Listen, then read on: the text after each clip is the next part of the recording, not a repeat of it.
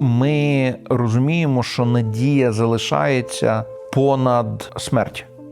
Ми в анекдотах часом кажемо, що там огірочки посаджуть. Кожне покоління українців, яке не змогло реалізувати за своє життя щось, про що вони мріяли, вони таким чином передають пас далі наступному, сподіваючись, може вони зможуть, може їм вдасться. Оця надія в результаті вона стає фантастично важливою. Це щось, що є в цій базовій прошивці.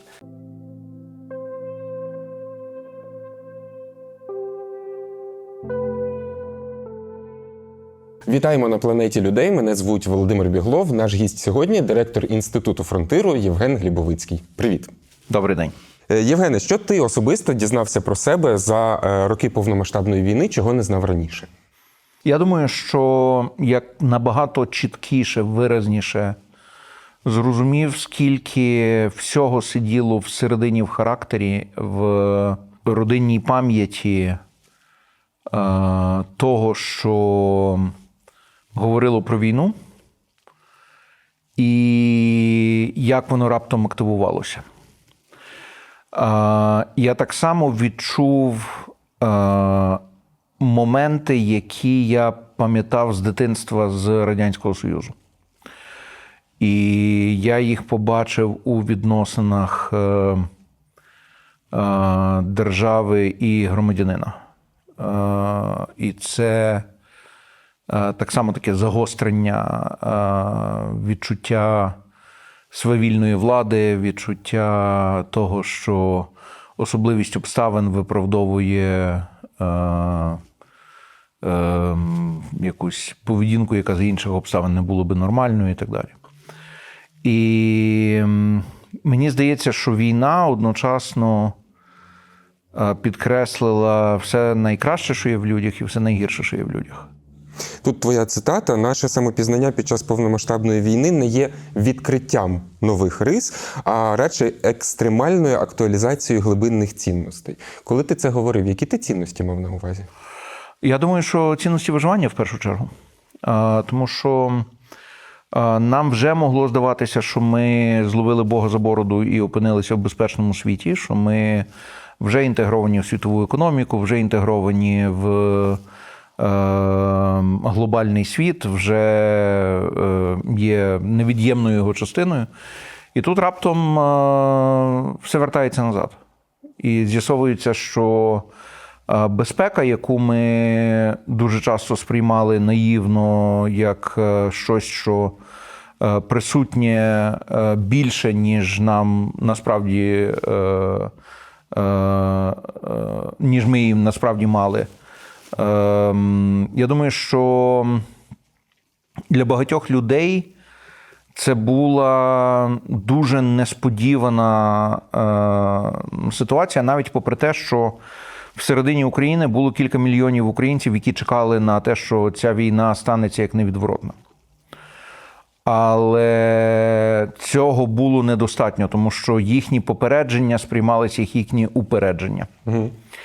І, відповідно, їм казали, це ви просто русських не любите. І, відповідно, коли повномасштабна агресія вже почалася, тоді, я думаю, що одним з шоків, який накрив величезну кількість українців, було те, що виявляється, що попередження були немарними, що ця війна супержорстока, і що вона є спадкоємною з жорстокістю, яку застосовували попередні режими до людей. І в тому сенсі всі оці навички виживання, які були в батьків, прабатьків, прапрабатьків, вони раптом актуалізувалися. І вони раптом стали набагато ближчими. Вони повилазили з старих скринь, повилазили з кутків пам'яті і наблизилися і ввійшли, я би сказав, в тканину, ввійшли всередину кожної людини. До яких наслідків це призведе? Тому що я зараз дуже побутовий приклад наведу, але моя мама в березні 2022-го з неприхованим сарказмом казала, що бачите, ви мені казали, що закрутки і бульба на зиму – це те, що нам уже не потрібно, бо все можна купити в сільпо. І це в тому числі. До яких наслідків приведе оця ретравматизація? Це ж очевидно ретравматизація українського суспільства. Нам здавалося, що ми відійшли від цих таких екзистенційних загроз, фізіологічних загроз, а ми знову тут. Мені здається, що динаміка дуже різна в різних групах суспільних, бо є групи, які стали травматизованими, і я би сказав, що це групи, які були панівними в попередньому житті, і які не відчували, що ці загрози їх стосуються. Я думаю, що велика кількість, наприклад, людей з величезними статками, незалежно від їхньої політичної афілійованості, в Донецьку чи в Луганську, які були вимушені тікати і залишати все практично. І от в мене якийсь час був сусід в Києві, чоловік, який виїхав з окупації в 2014 році. Єдине, що в нього було, це його розкішна машина. І це все, що він встиг з собою забрати. І для значної частини цих людей це була травма, яка чи не вперше постукала в їхнє життя, тому що вони дуже часто мали попередню історію, яка давала їм більше впевненості. Або належність до номенклатури, або належність до військових еліт, або належність до спецслужб. Тобто фактично в післясталінський період ці групи вже не мали екзистенційних загроз, які мали всі інші.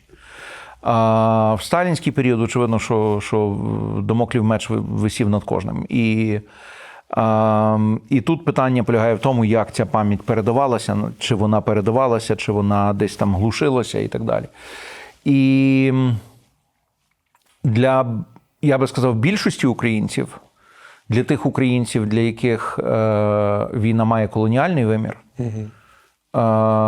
звичайно, відбулося повернення до стану, який вже був уприродненим, який вже був інтерналізованим, який вже здавався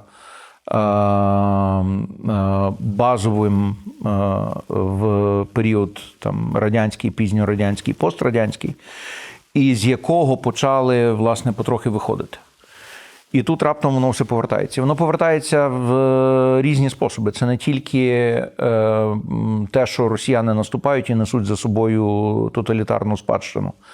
Це так само те, що значна частина недореформованої пострадянської української системи знов почала повертатися до свого радянського походження. І я мав такий момент десь на, я думаю, 5-6 місяць Великої війни. І я перетинаю кордон, в мене є на руках всі документи. І оця перевірка, вона триває дуже-дуже довго. І вона вже з мого досвіду, вона дуже по-різному залежить від того, яка зміна, які у них там вказівки і так далі, і так далі. Але я в певний момент ловлю, я попав на якогось там чи старшого зміни, чи кого, і переді мною сидить старший офіцер. І я в певний момент розумію, що він отримує задоволення від мого рівня несвободи. Тобто я розумію, що він впивається владою, яку він має. Так. І я розумію, що останній раз я це бачив в отому житті, в ще радянському житті. І відповідно, рефлекси, які були в мене з того життя, вони мені допомогли правильно розібратися в цій ситуації. Я не впевнений, що мої діти дали би собі раду, як емоційно себе повести. Тобто, як зрозуміти, як считати, власне, цей погляд, як считати ці жести, цю мову тіла, як считати цю ухмилку, як считати перехід на множину, куди це ми їдемо. Тобто, значить, і от Мені цікаво, який був механізм роботи з цим чиновником, скажімо так? Я ж не пробую його засудити. Я розумію, що він є так само таким самим продуктом того часу і тої системи. Тобто я просто відмовив йому в отриманні задоволення від того, що він може розпоряджатися моєю долею. Я йому сказав, що якщо він мене зараз не випустить, то він мені зробить велике благо. Я повернусь додому, до сім'ї, я проведу вікенд серед рідних і не буду їхати в відрядження. Прекрасно. Що може бути краще? Давай про це і поговоримо, про ту ось є Україна, ось є Європейський Союз, так? І ти, і на подіях Інституту Фронтиру говориться не лише про те, що Україна має трансформуватися для того, щоб стати повноправним, природнім членом Європейського Союзу, але й Європейський Союз також має змінюватися, коригувати процеси і регулювання, оскільки український досвід стійкості є цінним для Європи. Що саме ви маєте на увазі і чи справді віриться у те, що Європейський Союз може змінитися в контексті України? Доведеться мінятися, тому що в кінцевому підсумку це нехай ще не усвідомлена гострота виклику, але це екзистенційний виклик для Європейського Союзу. Тобто Путін, очевидно, що не може подолати Європейський Союз цілісно, але може подолати Європейський Союз по одному. Угу. І от теперішня панівна дипломатична філософія говорить, що якщо ти хочеш мати повноту суб'єктності, ти мусиш бути великим і сильним. І це означає, це те, що називається англійською Great Powers. Mm-hmm. Сполучені Штати, Росія, Китай, Британія, можливо, Франція. І отут виникає, власне, питання. Що якщо дрібніші країни не хочуть мати суб'єктність, але не є настільки великими? І відповідь на це альянси. І, відповідно, вони сходяться в союз. І от вони формують спілку, яка за обсягами ринку, за індустріальною спроможністю, за освітою і так далі, є на чільних позиціях в світі. І, відповідно, те, що пробує зробити Росія, і в чому зацікавлені, насправді, не тільки Росія, інші гравці теж в цьому зацікавлені. Китай в цьому зацікавлений, Іран в цьому зацікавлений. Навіть значною мірою Сполучені Штати в тих моментах, де вони дивляться на це все як на гру з нульовою сумою, вони теж в цьому зацікавлені. І тоді фактично розпадається самозахисний механізм Європейського Союзу. Наприклад, якщо ми подивимося на те, як Європейський Союз захищав себе від Росії енергетично, то він вимагав, наприклад, щоб транспортний носій, тобто труба, і газ були розділені, не належали одній і тій самій організації. Він виставляв єдиного покупця для всього Європейського Союзу, для того, щоб не можна було з окремими країнами, власне, домовлятися і таким чином, значить, комусь давати цукерку, комусь не давати і зіштовхувати їх між собою лобами. І частина цих речей працювала дуже добре, частина цих речей вже були запізно. І, власне, оця спільність, вона руйнується. І для того, щоб її руйнуванням запобігти, необхідно створювати систему запобіжників, які в випадку, якщо проламується якийсь рівень захисту, могли підхоплювати на наступному рівні. В Україні ми маємо, на думку суспільства, і я вважаю, що слушно, на слушну думку суспільства, не дуже надійну систему державних інститутів. Відповідно, ми розуміємо, що її треба страхувати громадянським суспільством. І, відповідно, якщо щось не працює, ми пішли волонтерити, збирати, самостійно, значить, діставати і так далі, і так далі, і так далі. Це є річ, яка інтуїтивно не зрозуміла для багатьох західних країн, де є величезне покладання на державу. Тобто держава, вона є нашим сервісом, ми її створили, ми їй сумлінно платимо податки, хай вона робить. А що, якщо вона провалюється? І виявляється, що немає системи, яка може бути альтернативною. А це впливає, власне, на дуже багато речей. Це питання суспільного договору. Наскільки активним мусить бути громадянин? В Україні громадянин знає, що якщо хоче вижити, то мусить бути активним. Але в Європейському Союзі немає цієї потреби виживати. Чи не було цієї потреби виживати? Зрештою, я би сказав, що експеримент, який ставився над Європейським Союзом, був достатньо таким викличним.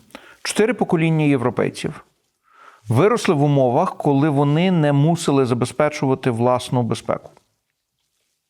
Угу. Більше того, вони навіть не мусили повністю її оплачувати. І, відповідно, вони отримали добробут, не вклавши необхідну кількість енергії в те, щоб цей добробут отримати за свої ресурси. В результаті блага, які були утворені, не були поціновані цими суспільствами настільки, скільки вони насправді коштують. Це для них, типу, як повітря, та? Як ранок і вечір.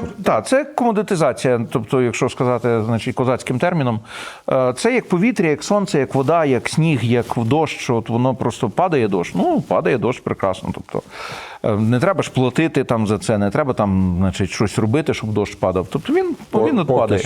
Він от падає. І, власне, коли ми говоримо про оцю громадянську пасивність, чи оцю недовіру до інституцій, а я би сказав, віру в інституції, скорше за все, сліпу віру в інституції, то ми раптом бачимо, що значна частина європейського дискурсу не стоїть ногами на землі. І в момент, коли вони не стоять ногами на землі, ними дуже легко маніпулювати. Їх можна, наприклад, налякати. І росіяни оцією загрозою ескалації постійно, значить, намагаються тримати суспільство в напрузі. Їх можна дурити. Я втомився згадувати, скільки разів я відмовлявся йти на майданчики якісь, де пропагандистів називали і представляли як журналістів. І я пам'ятаю, я одного разу мав запрошення їхати на великий міжнародний форум в Польщу, де на панелі зі мною, це ще було до повномасштабного, на панелі зі мною мав бути чоловік з Russia Today. Я був абсолютно нещасливий з того, що він там був. І я запитався, як його будуть представляти. Сказали, що журналіст. Я кажу, ну так він ж не журналіст, він ж пропагандист. І тоді мені кажуть, ні, значить, він журналіст, тому що Russia Today – це медіа. Я кажу, добре, тоді я вимагаю, щоб мене представили як папу римського. Значить, я буду папір. Значить, і який аргумент? Ну, тому що якщо він журналіст, то я набагато ближчий до папи, ніж він до журналістики. Тобто, і це організаторами було сприйнято як українське вимахування. Значить, таке, що от, коли ви нарешті виростете, значить, і так далі. Очевидно, що я нікуди не поїхав. Очевидно, що та панель відбулася, Russia Today там далі говорила. І, власне, той факт, що комфортна пропаганда цінувалася більше, ніж правда, в суспільстві, яке, до речі, називає себе християнським, значить,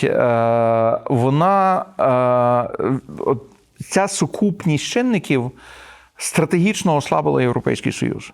Більше того, навіть те, що безпека і добробут були розведені,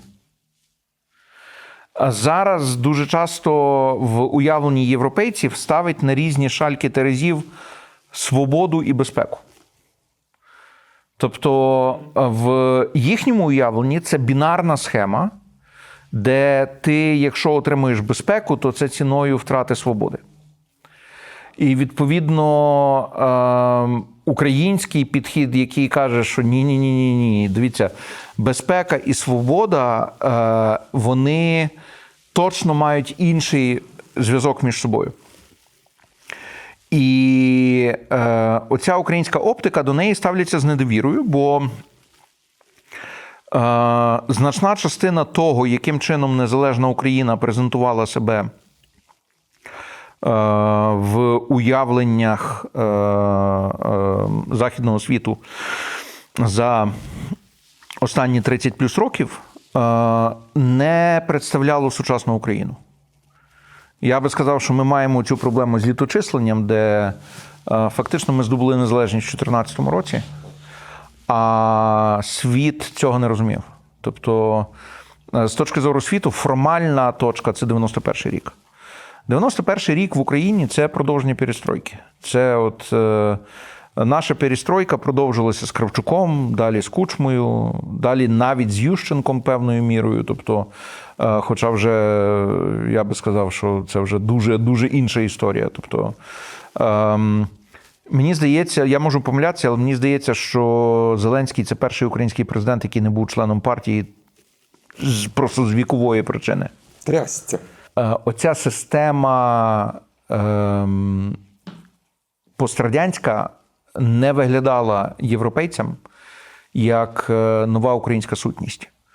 І вони звикли скептично ставитись до того, що ми говоримо, вони звикли до того, що ми обманюємо, вони звикли до того, що ми не свідомі того, про що говоримо, що ми не розуміємо ризики. І коли після 2014 року змінилася сутність української державності, світ цього не помітив. Для нас зсередини змінилося дуже багато. Для них зовні той самий жовто-синій прапор, такі самі номенклатурні писки, значить, нічого не змінилося. Ми з тобою поговорили про те, чого європейцям та європейкам варто повчитися в українців та українок, такої горизонтальної згуртованості, мобілізації перед обличчям кризи, загрози тощо. Але очевидно, що нам, наприклад, варто повчитися все-таки розбудові інституцій. Я нещодавно дуже здивувався цифрам від КМІСу, тому що, говорячи про горизонтальність, ми можемо сказати, що і довіра в Україні є горизонтальною. Тому що найбільше, кому ми довіряємо, це, звичайно, Сили оборони України і волонтери, 92,81% відповідно. Тобто ми довіряємо тим структурам, які безпосередньо забезпечують нам виживання, які забезпечують нам завтрашній день, але при цьому всьому ми не довіряємо інституціям. Рейтинг президента високий, але постійно падає. Верховна Рада в районі 10-15% постійно. І мені здається, що можемо сказати, що ні революційний підхід, ні еволюційний підхід цього зростання вертикальної довіри, вибач за це словосполучення, не забезпечує. У мене питання, що робити? Раз. І хто має щось робити, щоб це змінювалося? Ні, це змінилося дуже багато, насправді. Динаміка зміни інституційної довіри просто шалена в Україні за останні роки. Перше, я почну з того, що, на мою думку, інституційна довіра – це є той показник, за яким треба стежити для того, щоб розуміти, чи справи добре чи погано йдуть.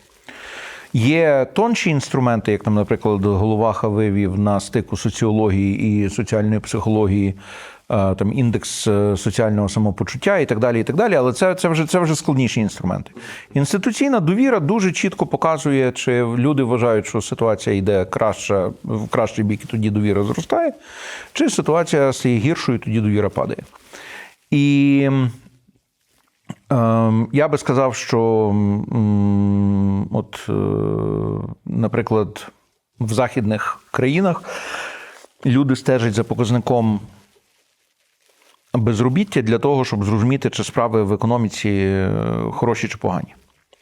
Безробіття і інфляція, по великому рахунку, от, там основні показники, за якими люди дивляться. У нас дивились на курси валют.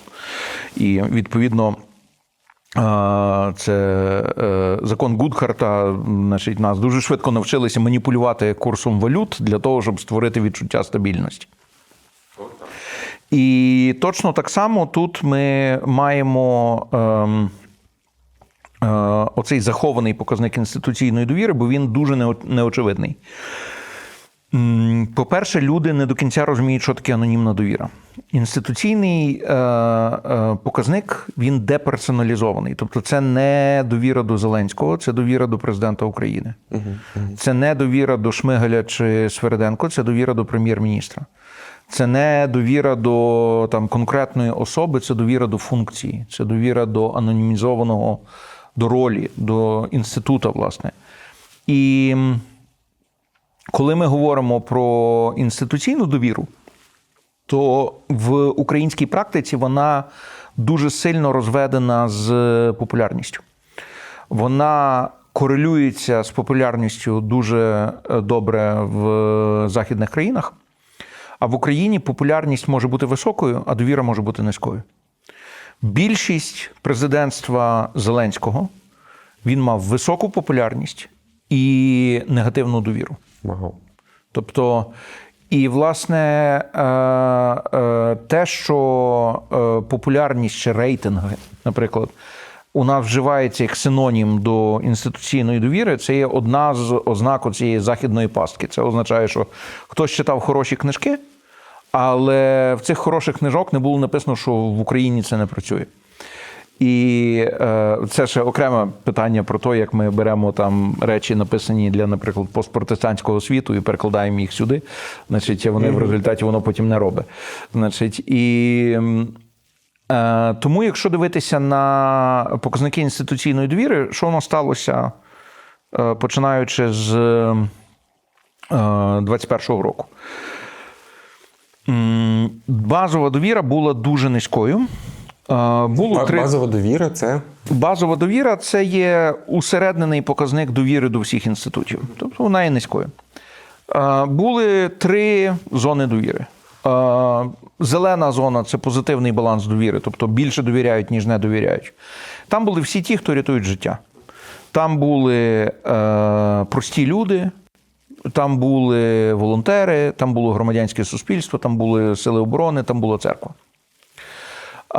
Далі є зона невпевненості, і там була поліція, там були медіа, там було місцеве самоврядування, тобто може працює, може ні. Тобто, далі була зона впевненої недовіри. І там фактично весь державний апарат і вся центральна влада, і значна частина там, інших інституцій, наприклад, комерційні банки. І нижче тільки чорна вже зовсім зона – це все російське.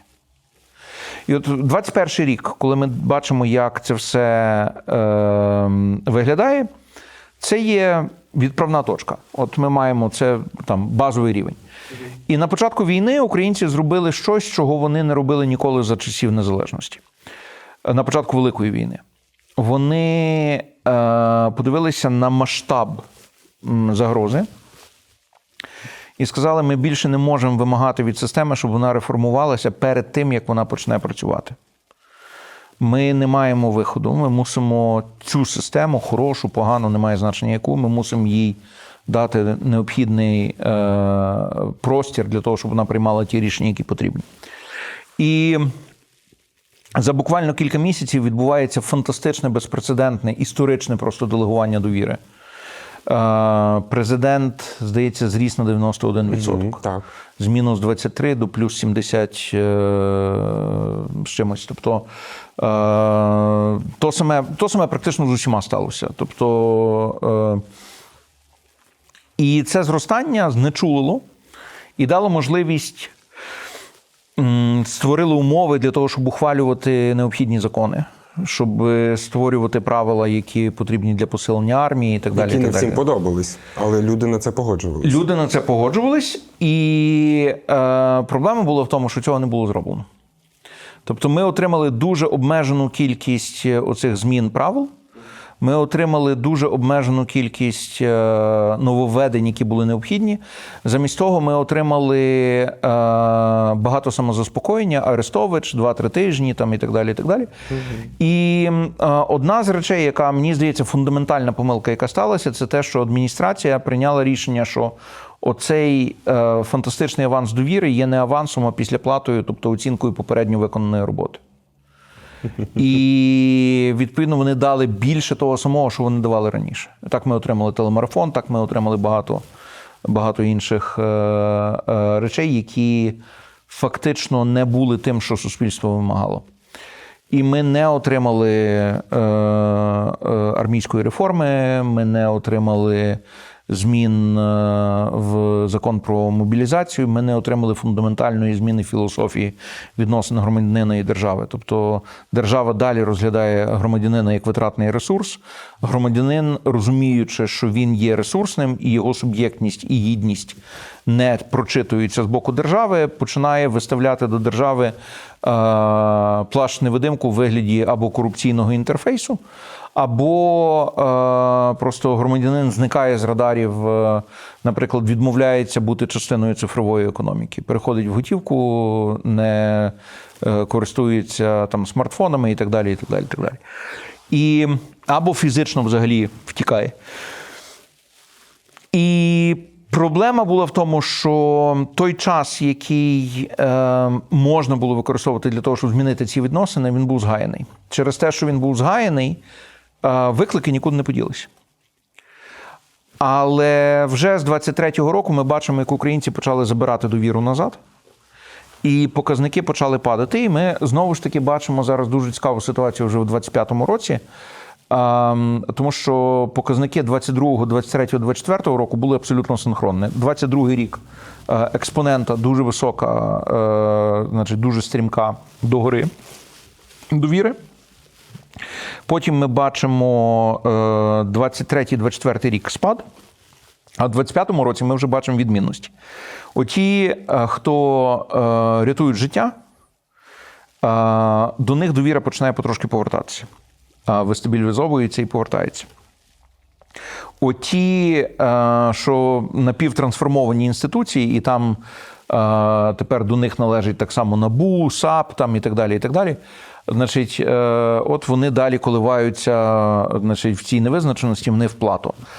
А ті інституції, які в уявленні громадян тягнуть за собою спадщину ще колоніальну радянську, і це в першу чергу центральна влада, там падіння продовжується.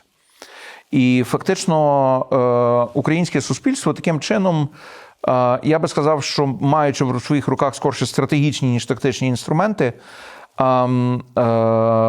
регулює рівень безпеки суспільства. Чи суспільство таким чином коректно оцінює загрозу? Ні.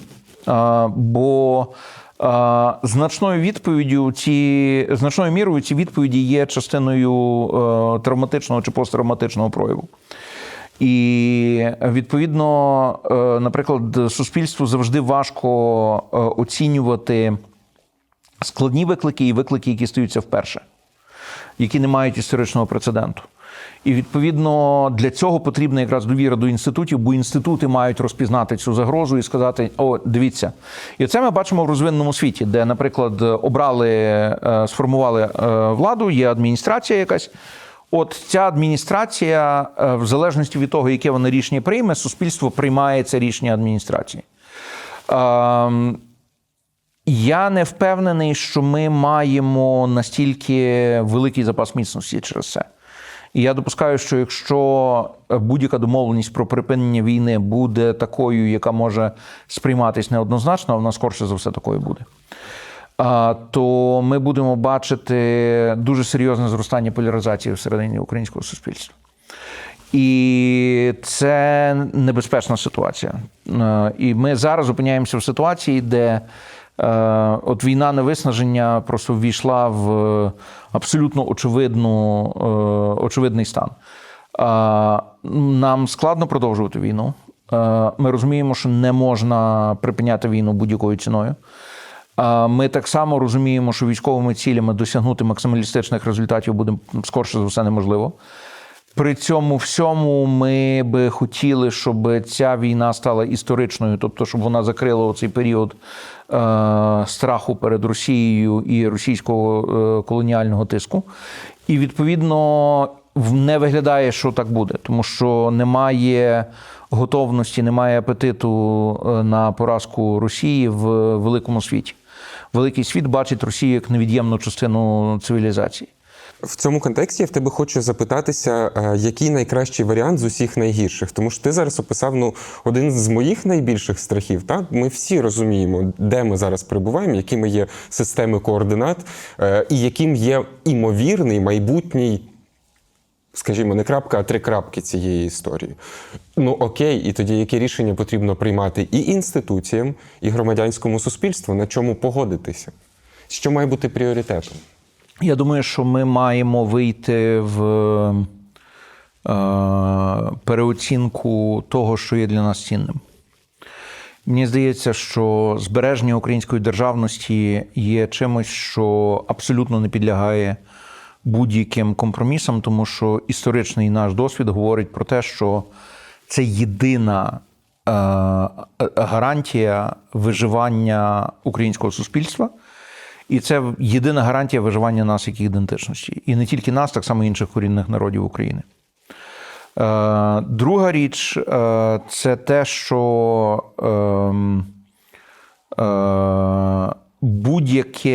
будь-який виграш Росії від цієї війни, чи в вигляді відсутності покарань, чи в вигляді можливості забрати собі, значить, якісь території в порушення міжнародного права, в порушення договорів, які Росія підписувала і так далі, знизять ціну, транзакційну ціну агресії для майбутніх агресорів. І, відповідно, легко дуже відправити це на потім, що це от воно буде колись. За тою самою логікою суспільства накопичують борги, бо вони споживають зараз, а віддавати будуть наступні покоління. І ми це бачимо практично в цілому західному світі і так далі. Тобто ми бачимо, що ця вимога значить, негайної винагороди, те, що англійською називається instant gratification, коли це експеримент з зефірками, коли дитині дають зефірку зараз або 2 зефірки пізніше. Так?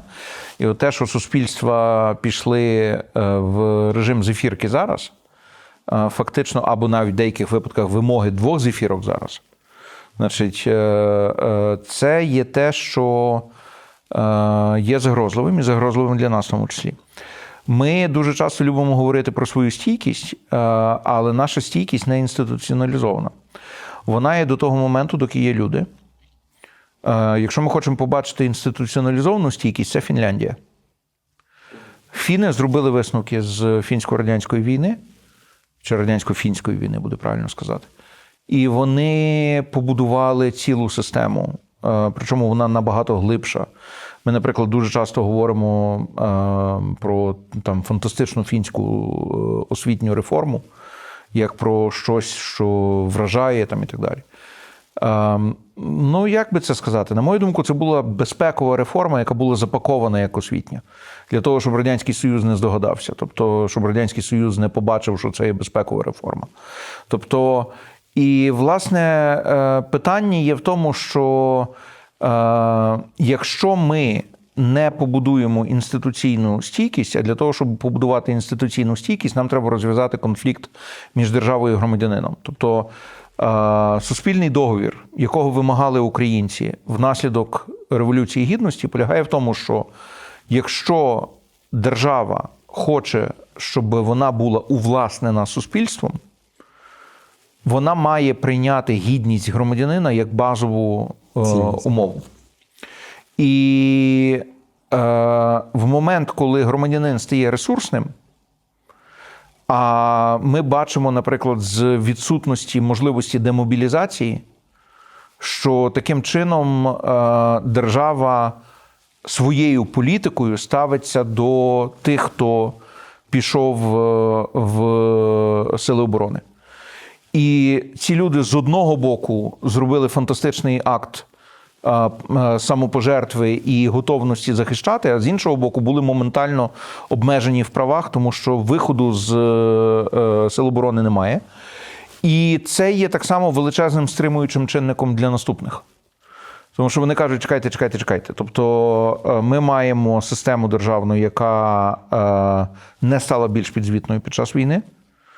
Вона не чує біль різних груп суспільства краще, ніж вона раніше його чула або не чула. І при цьому немає впевненості в тому, що готовність пожертви буде правильно вкладена. Тобто кожен з нас може загинути один раз. І якщо доводиться бути в ситуації, і я би сказав, що це дуже характерне українське ставлення, виходячи з досліджень цінностей, які ми бачимо, що українці розуміють, що життя, я би сказав, базово є складним і не обов'язково справедливим. І небезпеки чатують на тебе на кожному кроці. Це є базова прошивка кожного українця. І в цих умовах, якщо ти маєш загинути, то хотілося б, щоб це мало сенс.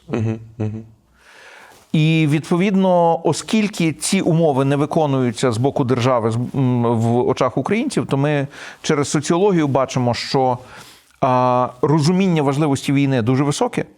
Немає жодних ознак, жодних, значить, там серйозних сувів того, що українці кажуть, ой, ми стомилися, значить, ні. Ні, ну, стомились, не стомились, немає значення, треба рухатись далі. Та? Але при цьому готовність до мобілізації дуже низька. І, власне, питання є в тому, що якщо ми не знайдемо способу порозуміння тут, то люди, які вже в силах оборони будуть далі стиратися і будуть почувати, що суспільство їх кидає на амбразуру. Це ще й політтехнологічно підігрівається через там, значить, популярні телеграм-канали і так далі, плюс росіяни ще значить, підливають масло в вогонь. Тобто проблемою є не той, хто відповідальний за політичні рішення, там, не ті, хто встановлює правила. Там, від Верховної Ради до президента, Кабміну там, і судової гілки. А винними є інші громадяни. Тобто в публічному дискурсі це є саможертовний патріот проти ухилянта. Того, хто створює правила, немає в цьому розкладі. Ось тобі горизонтальні інституції, так, горизонтальні професії. Так, це, власне, питання полягає в тому, що це є наслідок маніпуляції, це не є чиста гра. Та? Тобто, і, відповідно, запровадження правила, за яким ти можеш демобілізуватися і через якийсь час повернутися, означає, що чи правило, яке поширює, наприклад, базову військову підготовку на все населення країни, чи там інших правил, які, відповідно, інституціоналізують нашу стійкість, ми до цього ще не дійшли. Більше того, ми зараз в такій дуже дивній, невизначеній ситуації, де з одного боку неможливо існувати за правилами шоку і стресу перших днів війни в війні на виснаження. Що це означає? Це означає, що люди будуть масово ігнорувати сигнали тривоги. Тому що неможливо їх дотримуватися всіх. Більше того, росіяни це розуміють, вони власне, виснажують таким чином суспільство. Так? Тобто ми це бачили з гітлерівцями під час бомбардувань Лондона, завжди вночі, завжди кожної ночі чи кілька ночей поспіль для того, щоб не було відчуття, що, значить, ти можеш якось розпоряджатися своїм часом, планувати і так далі, і так далі. Тобто, і в той самий час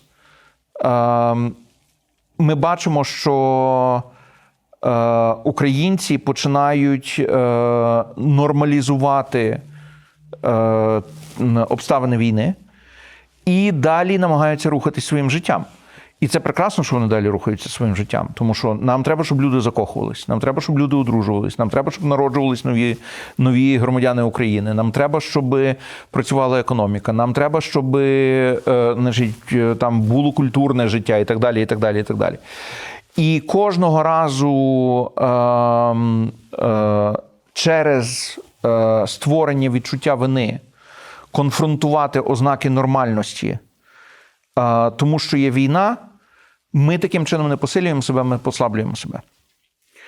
І мені здається, що лакмусовим папірцем нормальності чи ненормальності ситуації є ставлення до військових. Я би очікував, що в українському суспільстві мав би бути суспільний рух за те, щоб військові могли демобілізуватися. Не для того, щоб ослабити, а для того, щоб посилити сили оборони. Ти оптиміст в цьому питанні? Я думаю, що це станеться. Я думаю, що це станеться. Просто я, розуміючи, як працює українська система врядування, це станеться після великої кризи. А зараз ми стопимося для того, щоб нагадати, що є ті частини розмови з нашими гостями, якими ми ділимося лише з найріднішими та найближчими. Відтак, ставайте, будь ласка, учасниками та учасницями спільноти The Ukrainians для того, щоб дивитися повні версії наших розмов. Якщо ви вже є учасником чи учасницею, вперед за лінком можете послухати, що насправді відповів Євген Глібовицький. Що зробили соцмережі? Вони знищили спільний інформаційний простір, в якому ми всі перебуваємо. Ми тепер в різних уявленнях, в різних віддзеркаленнях, в різних інтерпретаціях цього інформаційного простору. В результаті досягнення солідарності, а демократія – це велика гра в солідарність. Досягнення солідарності стає набагато складнішим, набагато дорожчим. І таким чином люди, які на загал стають освіченішими, кращою версією себе порівняно з попередніми поколіннями чи роками, вони стають далі, а не ближче до ухвалення рішень, які формують спільне благо. Тобто, фактично, ми йдемо в конкуренцію персональних благ, а не спільних благ. І ми йдемо в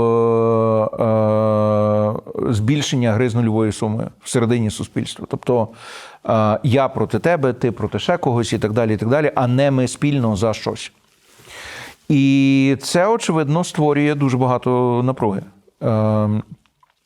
Чи це означає, що соцмережі мають зникнути як явище? Ні.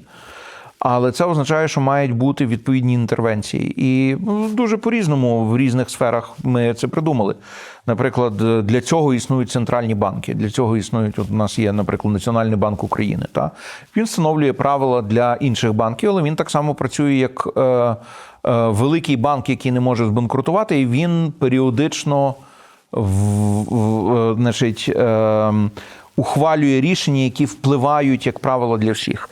Подібну функцію в медіа виконує суспільне мовлення. Але, знову ж таки, якщо дивитися з точки зору стійкості, то значна частина олігархічних медіа, які зараз, до речі, фінансуються коштом платників податків, в цьому суть телемарафону, та? Що ми беремо гроші платників податків і даємо їх, значить, олігархам та, значить, і кажемо, дякую, що ви виконуєте, значить, таку важливу суспільну роль. Яку ніхто не дивиться. Ні, чому? Ну, там щось там дивляться, але просто питання є в тому, що вони дуже чітко розуміють, кому вони мають бути політично вдячні за це, і вони розраховуються, вони повертаються редакційною політикою своєю, яка там правильно прославляє, правильно критикує, коливається разом з лінією партії. А суспільне мовлення, яке є незалежним, в результаті мало би бути, власне, безсмертним гравцем на ринку і таким чином встановлювати стандарти. Але суспільне кожного року проходить через оце бюджетний процес, де питання таке, що хай живе, чи, значить, врізати під білу кістку так, щоб, значить, суспільне не могло розвиватися. І от в залежності від того, як сходяться зірки, в тому числі яка позиція Єврокомісії, там, і так далі, там, от цього року після там ситуації з НАБУ і САПом вже там ніхто не хотів йти на загострення, то на 26-й рік бюджет, він, значить, ми ще не знаємо, як він буде дотриманий, ми ще не знаємо, як він буде виконуватися, але він, це не є бюджет вбивства суспільного мовлення. Я в наглядовій раді суспільного мовлення, тому я впевнено про це говорю. А що буде потім, ми не знаємо. Тому що попередні роки було по-різному. Були роки, коли був майже повний бюджет, були роки, коли доводилося там виторговувати просто кожну суму, бо на кону стояло виживання інституцій. І коли ти розумієш, що в інтересах суспільства, щоб інституція існувала, але кожна окрема політична група має свої і в багатьох випадках в їхній зацікавленості, щоб, наприклад, суспільне мовлення не існувало. І в результаті ми бачимо, що немає самогігієни. Люди дивляться Телеграм, люди читають, там він зручний. Тобто, ну, то, що є дуже багато інших зручних речей там.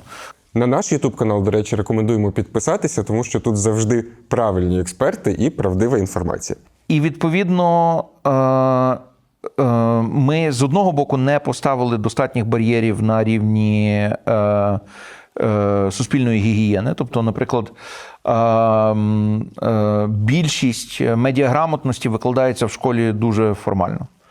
Тобто молоді люди, які виходять з школи, не мають необхідних навичок, яким чином інформаційно себе захистити. Досить часто, як і вчителі, які викладають медіаграмотність. І в результаті те, що ми маємо враження, ніби ми вакциновані, коли ми насправді не вакциновані. І тобто немає надії на те, що суспільство через якийсь час, значить, просто дорослішаючи, буде мати більшу частку людей, які краще ставляться до медіаграмотності. Але з іншого боку, є так само чинники, які рятують. Все більша і більша кількість людей, займаючись самоосвітою, через неформальну освіту, через громадянське суспільство і так далі, доходять до цього самі. Або внаслідок діяльності якоїсь частини громадянського суспільства. Тобто вони для себе відкривають, що ага, виявляється, от як нас намахують, ага, виявляється, оце отак треба читати. От як це можна просувати. І відповідно ми починаємо бачити, як всередині українського суспільства є внутрішній рух для самовдосконалення. І він працює, і, власне, він дуже живий. І в тому сенсі, мені здається, що це є якраз те, що дає величезну надію, тому що оця готовність ставити себе під сумнів, яка базується на багаторічному вихованому такому відчутті власної недосконалості, вона примушує нас постійно рухатись вперед. Можна я тебе переб'ю тут і запитаюся?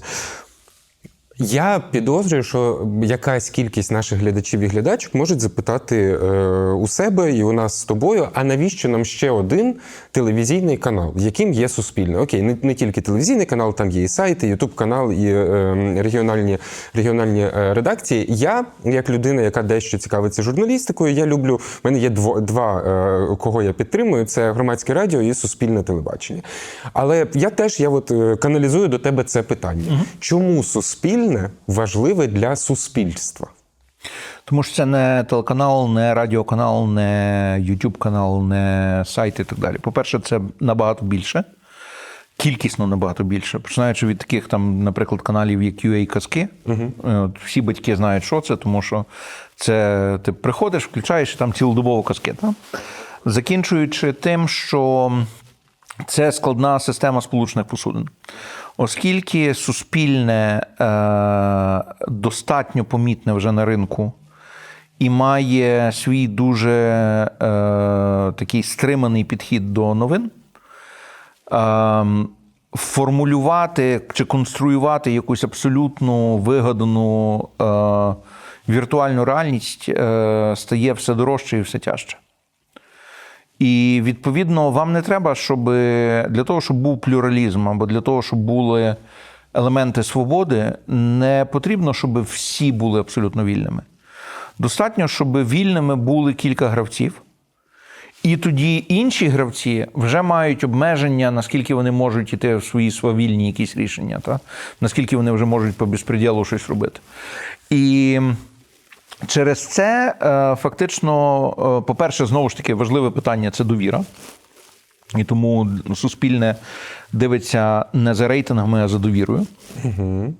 І, власне, це постійна критика з боку політичного середовища, що там, де ваші рейтинги? Тобто рейтинги без довіри є порожніми. Вони просто розпадуться в порох. Має бути довіра, вона формує серйозний фундамент. Українці довіри дають дуже важко. І, відповідно, це означає, що по великому рахунку, от я дивлюся з досвіду суспільного мовлення, що українці дивляться на те, українці дивляться на те, як проходять інституції кризи. І якщо є якась очевидна криза, і інституція її пройшла добре, довіра через якийсь час зростає. І знову виходить в таке плато. І ми отак сходинками рухаємося. Та? Провалилися десь, впали. Значить, і, відповідно, в кризові моменти виявляється, власне, значить, оця позиція. І суспільне, на думку більшості українців, останні кризи пройшло непогано.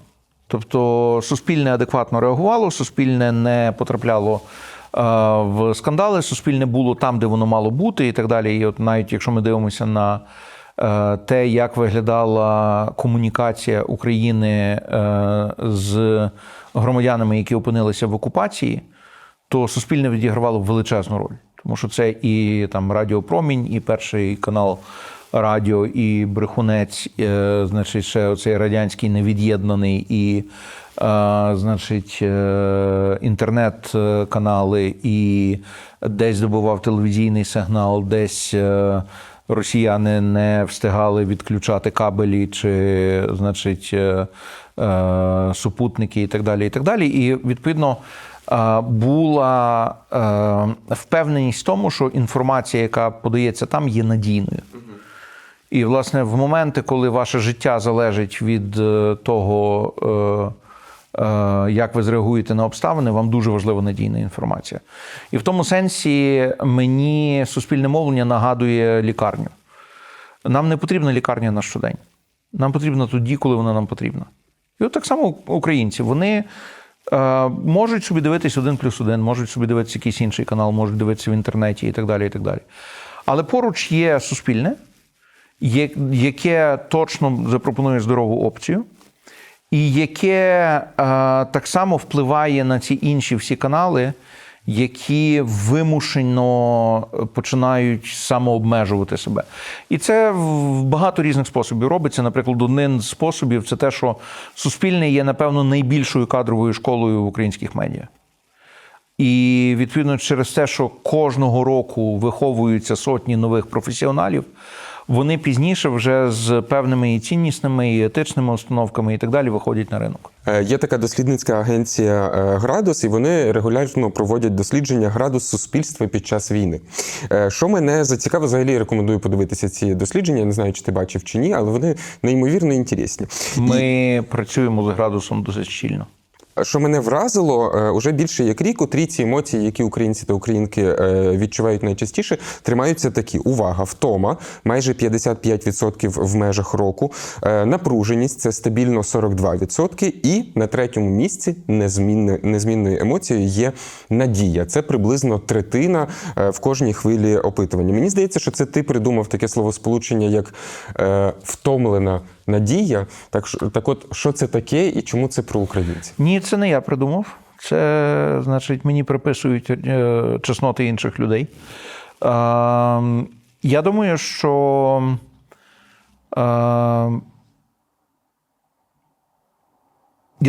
ми, знаєш, як в мемі кажуть, що ми мало молилися, та? Значить, і тому нам пороблено. Тобто ми дуже незграбно читали українську літературу. В українській літературі є відповіді на ці запитання. Тобто, чому ми такі? Бо українська література, як дзеркало, відображає переживання, які з нами були за той час осмисленої суб'єктності. Від Котляревського до там, Жадана. Угу. І, відповідно, відносини українців з смертю – щось, що я би, напевно, характеризував, принаймні англійською, я це пояснюю як постжиття. Тобто життя, яке наступає після того, як розчавлена твоя суб'єктність. Ти можеш ще фізично бути живим, але суб'єктність твоя вже загинула. І це от стан, в який перейшла величезна кількість українців після Голодомору, після Другої світової війни, після втраченої незалежності в ХХ столітті, після репресій чи переслідувань там, брежнівських, наприклад, чи чи інших. Тим не менше, там зберігається прихована тяглість своєї ідентичності. І навіть якщо подивитися на те, як виглядала конформна радянська українськість, вона все одно була елементом збереження самих себе. І, відповідно, ми розуміємо, що надія залишається понад смерть. І тому, якою би не була втома, ти весь час в момент, коли навіть для тебе все закінчено, ти все одно сподіваєшся. І те, що ми в анекдотах часом кажемо, що там огірочки посаджу, я би сказав, що кожне покоління українців, яке не змогло реалізувати за своє життя щось, про що вони мріяли, вони таким чином передають пас далі наступному, сподіваючись, може вони зможуть, може їм вдасться. І оця надія в результаті вона стає фантастично важливою. Вона просто є опорною. І вона дуже ірраціональна.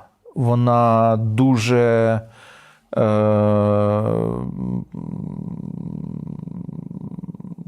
я би хотів сказати, вона дуже стала. Це щось, що не залежить від конкретних обставин тут і зараз. Це щось, що є в цій базовій прошивці. І це причина, чому, коли інститути ламаються, люди витримують. А тепер питання є в тому, що те, що ми бачимо, це те, що люди все одно конечні. І флагманською програмою Інституту Фронтиру є демографія і міграція. І ми по демографії просто бачимо жахливі наслідки, незалежно від війни. Тобто незалежно від воєнних втрат. Ситуація з народжуваністю, ситуація з міграцією, яка має набагато глибші причини, ніж війна. Я би сказав, що для отих мільйонів українців, які виїхали, фоном була ускладнена побудова відносин між громадянином і державою. А приводом стала війна. І от, власне, коли ми там намагаємося засолодити гіркоту цих відносин, наприклад, там створюючи якесь там Міністерство єдності чи ще там щось, власне, важливо розуміти, що люди втікають, тому що вони бояться системи, яка не трансформувалася. Система врядування українська по сьогоднішній день залишається дуже радянською. Про це останніми днями дуже багато Сергій Плохій говорить, і він в десятках інтерв'ю, напевно, це говорить. Він зараз пише, власне, книжку про те, як виглядає українська історія після смерті Сталіна. І як відбулося успадкування, власне, вже в незалежній Україні радянських норм і правил, тому що незалежна Україна не постала внаслідок перемоги національно-визвольного руху. Якби незалежна Україна постала внаслідок перемоги національно-визвольного руху, можна би було сказати, окей, ми тепер маємо критичну масу для творення нових правил. Але незалежна Україна постала внаслідок шоку від московського путчу, реакції на цей шок з боку правлячих комуністів. Без них вони повністю контролювали парламент. І без громадян України, які захотіли обрати своїм президентом не Чорновола, а Кравчука 1 грудня 1991 року. Тобто хотіли конформного збереження тої самої тяглості відносин, які були в пізньорадянський період, а не там походу в щось нове. Через це ми опинилися в ситуації, де треба було вибирати. Або незалежна Україна, якій потім треба буде дуже-дуже важко трансформуватися, або шанс, що якщо ми будемо чекати на правильну незалежність, її може ніколи не настати. Бо Туркменістан теж попробував вирватися, Татарстан, російський Татарстан теж попробував вирватися з Радянського Союзу з Росії в незалежну державу в 91-му році і не зміг. І по сьогоднішній день не може. І зараз ми вимушені бити по їхніх енергооб'єктах, тому що вони забезпечують російську військову машину.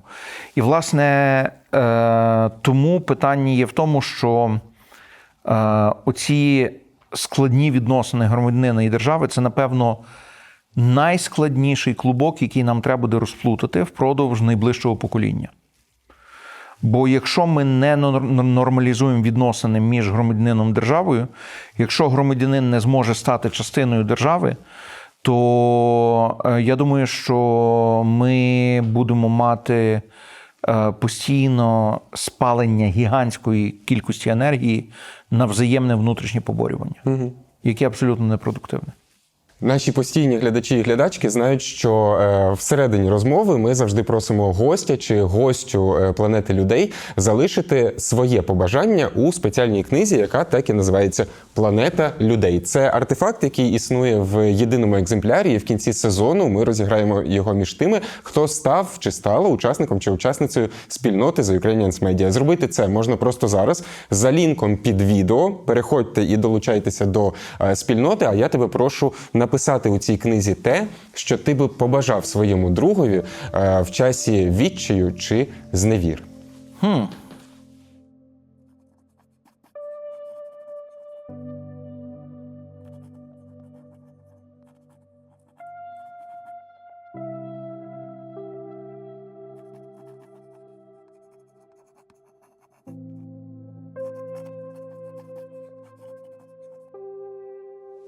Завжди.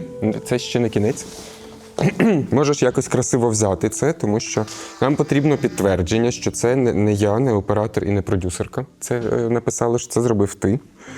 Тому на рахунок 3 усміхайся. 1, 2, 3. Все, тепер махай, як в голлівудських фільмах. І що треба робити з ним? Зараз ти там оприявнишся, а потім ми тебе вклеїмо в картотеку. То що я тут зараз буду? Ні, ти з іншого боку, там де біле будеш. Там, де біле буду? Тут страшне. Воно може саме полежати тут? Може, абсолютно. Хай лежить. У мене до тебе є ще практичне запитання. Багато в чому тебе можна назвати візіонером, тобто людиною, яка аналізує, збирає те, що є сьогодні, було вчора, і пробує запропонувати те, що може бути завтра. В мене таке питання, а як тобі вдається не тільки оце ословити і кудись видати публічно, але й донести до вух, до яких це потрібно донести? Яким є твій інструментарій? Говорити, зустрічатись, спілкуватись, пити каву, пити чай. Що то є Львів? Слухати людей, говорити з людьми. Я намагаюсь, наскільки можливо, бути неупередженим, і я намагаюсь бути настільки позаполітичним, наскільки можливо. Тобто, я, як громадянин, напевно, маю свої симпатії там і так далі, про деякі з них я публічно говорив, але питання в тому, що я дивлюся на будь-яку, наприклад, опозицію, чи на будь-яку правлячу коаліцію, чи на будь-яку адміністрацію і так далі, як на тих, хто виконує певний обов'язок. І, відповідно, якщо вони є сумлінними в тому, що вони роблять, то частина того, з чим я працюю, для них може мати цінність. Чи я маю якісь там особливі вуха? Думаю, що ні. І я думаю, що загальна проблема загалом аналітичного сектору в Україні, українських аналітичних центрів і так далі, це то, що їхні напрацювання потрапляють до вух чи очей тих, хто приймає рішення дуже часто партизанськими методами. Через знайомих, через, значить, те, що там десь комусь якось передали, десь там когось якось зацікавили, деколи химерним чином, що воно передається через треті, четверті руки, через Брюссель і так далі. Тобто воно дуже по-різному буває. Але, знову ж таки, як показує практика, якщо сумлінно бути відкритим, якщо сумлінно працювати, то є достатня кількість людей, які відкриті для того, щоб чути. Останнє запитання. Ти сьогодні окреслив величезну кількість проблем, пов'язаних не лише з інституціями та з якимись виконавцями в межах цих інституцій, але і з самим українським суспільством, і з нашими союзниками та партнерами. Питання, що особисто тебе тримає, аби не зневіритися? Ну, та ми про це говорили, надія. І я думаю, що ця надія тут якраз вона досить обґрунтована. Є, крім України, ще 2 країни, де я почуваю себе в дуже інтуїтивно зрозумілому мені просторі. І одна з них – це Сполучені Штати. Я довший час там жив, я там вчився, я розумію країну зсередини, я багато по ній поїздив. Тобто я би сказав так, що я дуже впевнений споживач, дуже впевнений обиватель в Сполучених Штатах. Я не проміняв би наші проблеми на їхні. І мені здається, що очевидно, що є велика різниця в віці. Тобто Штати – це зріла країна, це зріле суспільство, ми – це дуже молоде суспільство. Але попри всю цю різницю, ми маємо в собі величезний заряд енергії і дуже серйозну націленість на зміни, і дуже високу спроможність внутрішню, яка є. Ми індустріалізоване суспільство, ми освічене суспільство, ми суспільство, яке все ще має критичну самооцінку себе і тому готове змінюватися і так далі. Коли ми дивимося на інші суспільства, вони можуть бути розвиненішими від нас, але їхні проблеми є набагато глибшими. І вони менш вирішувані, ніж у нас. І це є одна з причин, чому навіть деякі речі, які стосуються євроінтеграції, мені, на мою думку, немає альтернативи євроінтеграції. Тобто навіть ті, хто євроскептики, на мою думку, якщо вони люблять Україну, вони мають до євроінтеграції ставитися як до найбільш прийнятного варіанту, який ми маємо. То навіть якщо ми дивимося на Європейський Союз, ми бачимо, де в суспільствах Європейського Союзу перейдена межа, за якою повернення вже дуже складне. Ми ще більшість цих меж не подолали. Це не означає, що нам буде далі квітами вистелений весь шлях, але ми зберігаємо дуже хорошу спроможність на майбутнє. Пам'ятайте, що єдина потвора, яка таки не вилетіла зі скриньки Пандори, це марна надія. Відтак, надія марною не буває. Гість сьогодні на «Планеті людей» Євген Глібовицький. Дякую тобі. Дякую.